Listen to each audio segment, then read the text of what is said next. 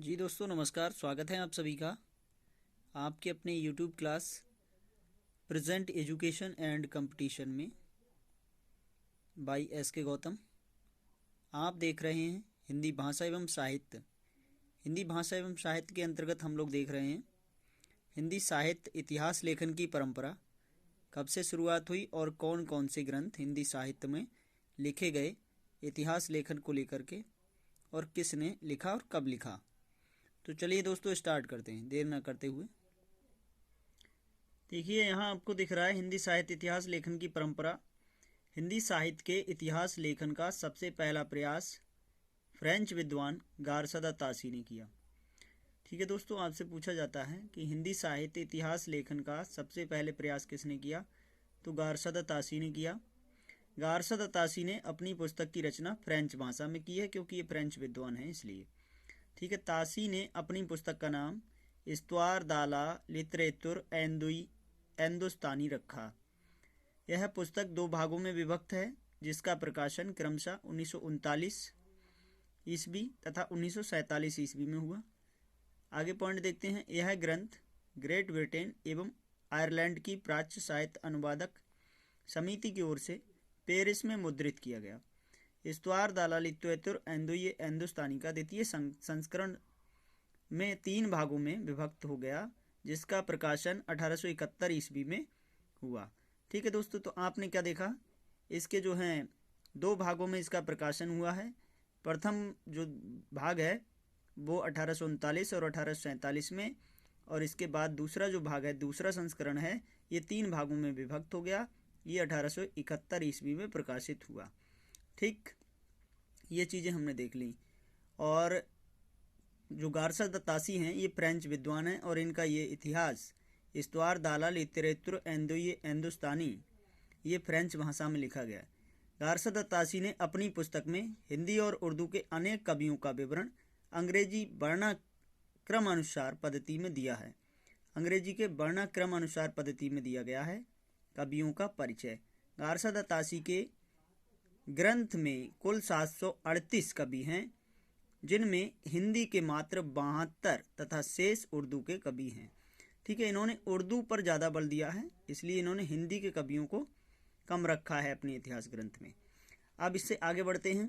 Doctor Lakshmi सागर बार्सणे ने गारसदा तासी के ग्रंथ का हिंदी अनुवाद एंदोई साहित्य का इतिहास नाम से प्रकाशित करवाया। कब करवाया? 1952 ईस्वी में कराया। तासी की पुस्तक इस्तवार दाला लिटरेचुर एंदोस्तानी के लिए हिंदुवी अर्थात हिंदी या हिंदुई के लिए हिंदुस्तानी उर्दू अर्थ प्रयुक्त होता है। आगे देखें इसी में दोस्तों, आगे क्या है। हिंदी इतिहास लेखन की परंपरा में हिंदी भाषा में लिखा गया प्रथम ग्रंथ श्री महेश दत्त शुक्ल द्वारा रचित भाषा काव्य संग्रह है। भाषा काव्य संग्रह का प्रकाशन सन 1873 ईस्वी में नवल किशोर प्रेस लखनऊ से हुआ। कहाँ से हुआ? नवल किशोर प्रेस लखनऊ से इसका जो है प्रकाशन किया गया है। 1873 में किया गया है, और जो है महेश दत्त शुक्ल द्वारा ये रचित है भाषा काव्य संग्रह। ठीक है, और ये जो है आपका लेखन की परंपरा में हिंदी भाषा में लिखा प्रथम ग्रंथ माना जाता है। ठीक, शिव सिंह सेंगर की बात कर लेते हैं। शिव सिंह सेंगर ने शिव सिंह सरोज नाम से हिंदी भाषा का दूसरा महत्वपूर्ण इतिहास ग्रंथ रचा है। तो आपसे पूछा जाए हिंदी भाषा में प्रथम इतिहास ग्रंथ महेश दत्त शुक्ल द्वारा लिखा गया, यहाँ आप देख सकते हैं, और जिसका नाम है भाषा काव्य संग्रह। दूसरा ग्रंथ जो लिखा गया है वो शिव सिंह सेंगर द्वारा शिव सिंह सरोज लिखा गया है। शिव सिंह सरोज का प्रकाशन 1883 ईस्वी में हुआ। शिव सिंह सरोज में 1 सहस्र मतलब 1000 लगभग यानी कि 838 भाषा कवियों का जीवन चरित्र तथा उनकी कविताओं का उदाहरण मिलता है। सन 1888 में एशियाटिक सोसाइटी ऑफ बंगाल की पत्रिका के विशेषांक के रूप में ग्रियर्सन द्वारा रचित the modern vernacular literature of Hindustan का प्रकाशन हुआ है। ठीक है दोस्तों, इतनी चीज़ें हमने देख ली। 1888 में the modern vernacular literature of Hindustan, इसके लेखक जो हैं वो ग्रियर्सन महोदय हैं, और इसका प्रकाशन एशियाटिक सोसाइटी ऑफ बंगाल की पत्रिका के विशेषांक के रूप में 1888 ईस्वी में किया गया था। अगले पॉइंट में दोस्तों आपको दिख रहा होगा, जॉर्ज ग्रियर्सन द्वारा रचित the modern vernacular literature of Hindustan को सच्चे अर्थों में हिंदी साहित्य का पहला इतिहास ग्रंथ माना जाता है। ठीक है, क्वेश्चन आपसे पूछा जाता है कि सच्चे अर्थों में हिंदी साहित्य का प्रथम इतिहास ग्रंथ कौन सा है, तो the modern vernacular literature of Hindustan है, जिसके रचयिता कौन है, जिसके लेखक हैं जॉर्ज ग्रियर्सन। 1888 ईस्वी में इसकी रचना की गई। ठीक है, और ये एशियाटिक सोसाइटी बंगाल की विशेषांक पत्रिका के रूप में ये प्रकाशित हुआ था। जॉर्ज ग्रियर्सन ने अपने ग्रंथ में 952 कवियों को शामिल किया है। ठीक है, डॉक्टर किशोरी लाल गुप्त ने the modern vernacular literature of Hindustan का हिंदी साहित्य का प्रथम इतिहास शीर्षक से हिंदी अनुवाद किया, जिसका प्रकाशन 1957 ईस्वी में हुआ। ठीक है दोस्तों, गारसादा तासी जो थे उनका इतिहास ग्रंथ का अनुवाद किया किसने, लक्ष्मी सागर बारसणे ने। किस नाम से, हिंदू साहित्य का इतिहास नाम से। और ग्रियर्सन का the modern vernacular literature of Hindustan का हिंदी अनुवाद किया किसने, किशोरी लाल गुप्त ने। ठीक है, और किस नाम से किया, हिंदी साहित्य का प्रथम इतिहास के नाम से किया। कब किया, 1957 में। इतनी चीजें आपने देख ली। ग्रियर्सन ने कवियों और लेखकों का कालक्रमानुसार वर्णन, वर्गीकरण तथा उनका प्रवृत्तियों को स्पष्ट किया है। विभिन्न युग की काव्य प्रवृत्तियों की व्याख्या करते हुए उनसे संबंधित सांस्कृतिक परिस्थितियों व प्रेरणा स्रोतों का उद्घाटन किया। प्रस्तुत ग्रंथ को विभिन्न कालखंडों में विभक्त किया गया है तथा प्रत्येक अध्याय का काल विशेष का सूचक है। प्रत्येक अध्याय क्या है, काल विशेष का सूचक है। ठीक है दोस्तों, ये क्वेश्चन बहुत इंपॉर्टेंट है, परीक्षा की दृष्टि से आप ध्यान रखेंगे। जॉर्ज ग्रियर्सन ने प्रथम बार हिंदी साहित्य का भाषा की दृष्टि से क्षेत्र निर्धारण करते हुए संस्कृत, प्राकृत एवं अरबी फारसी मिश्रित उर्दू को उससे पृथक किया है। हिंदी साहित्य के विकास क्रम का निर्धारण चारण काव्य, धार्मिक काव्य, प्रेम काव्य, दरबारी काव्य के रूप में किया गया। 16वीं 17वीं शताब्दी के युग अर्थात भक्ति काल को हिंदी काव्य का स्वर्ण युग माना जाता है। ठीक है, स्वर्ण युग माना जाता है। ग्रियर्सन स्वर्ण युग माना जाता है। किसने माना है, ग्रियर्सन ने। ग्रियर्सन ने माना स्वर्ण युग, और स्वर्ण काल श्याम सुंदर दास ने भक्ति काल को कहा है। ठीक है दोस्तों, मिस्र बंधुओं ने मिस्र बंधु विनोद नाम से इतिहास ग्रंथ की रचना की। मिस्र बंधु विनोद नाम से मिस्र बंधुओं ने इतिहास ग्रंथ की रचना की है। मिस्र बंधुओं में गणेश बिहारी, श्याम बिहारी, सुखदेव बिहारी मिश्र आते हैं। ठीक है, आप समझ लें कि मिस्र बंधुओं में 3 लोग आते हैं, गणेश बिहारी, श्याम बिहारी, सुखदेव बिहारी। ये क्वेश्चन भी कई बार परीक्षाओं में पूछा गया है कि मिस्र बंधुओं में कौन नहीं आते हैं, तो आप ध्यान रखें, गणेश बिहारी, श्याम बिहारी, सुखदेव बिहारी मिश्र, ये तीनों आते हैं। ठीक है दोस्तों, मिस्र बंधु विनोद 4 भागों में विभक्त है, जिसके प्रथम 3 भाग का प्रकाशन सन 1913 ईस्वी में तथा चतुर्थ भाग का प्रकाशन 1934 ईस्वी में प्रकाशन हुआ। मिस्र बंधुओं में लगभग 4591 कवियों का जीवन वृत्त वर्णित किया गया है। इनमें अनेक अज्ञात कवियों को प्रकाश में लाने के साथ साथ ही उनके साहित्यिक महत्व को स्पष्ट करने का प्रयास किया गया। मिस्र बंधु विनोद में कवियों का सापेक्ष महत्व निर्धारित करने के लिए उनकी 4 श्रेणियां बनाई गई हैं।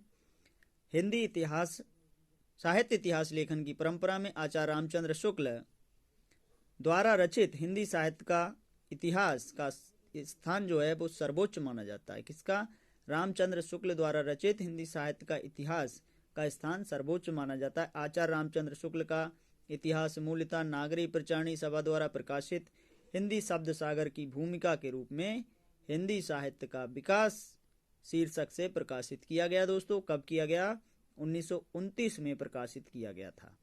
ठीक है, नागरी प्रचारणी सभा के द्वारा हिंदी शब्द सागर की भूमिका के रूप में ये क्वेश्चन काफी इंपॉर्टेंट है। हिंदी साहित्य का विकास शीर्षक से प्रकाशित किया गया 1929 ईस्वी में। परीक्षा की दृष्टि से काफी इंपॉर्टेंट फैक्ट है, आप याद रखिएगा। हिंदी साहित्य का इतिहास में 1000 कवियों और लेखकों को शामिल किया गया है।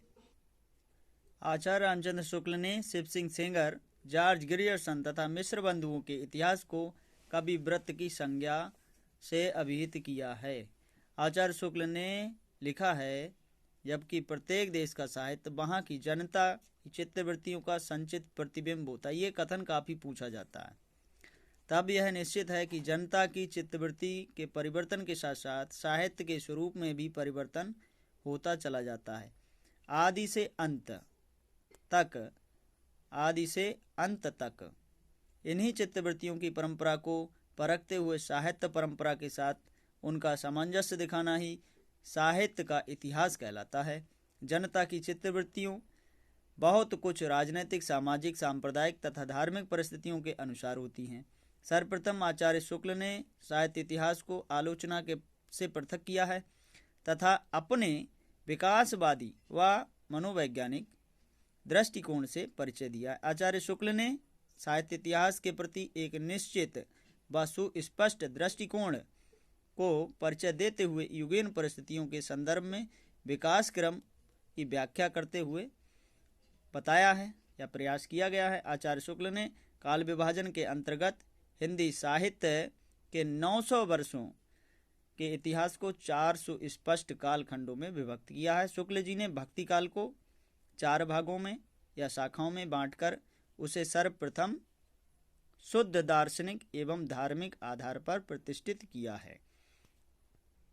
देखिए दोस्तों, यहाँ पर आप देख रहे हैं भक्ति काल का विभाजन। तो भक्ति काल को सबसे पहले 2 शाखाओं में बांटा गया है, निर्गुण धारा और सगुण धारा। ठीक है, निर्गुण धारा का मतलब ये है कि जो ईश्वर में विश्वास नहीं करते। सगुण धारा वो है, माफ कीजिए, निर्गुण धारा वो है जो ईश्वर के निराकार रूप की उपासना करते हैं, और सगुण धारा वह है जिसमें ईश्वर की सगुण रूप की उपासना की गई है।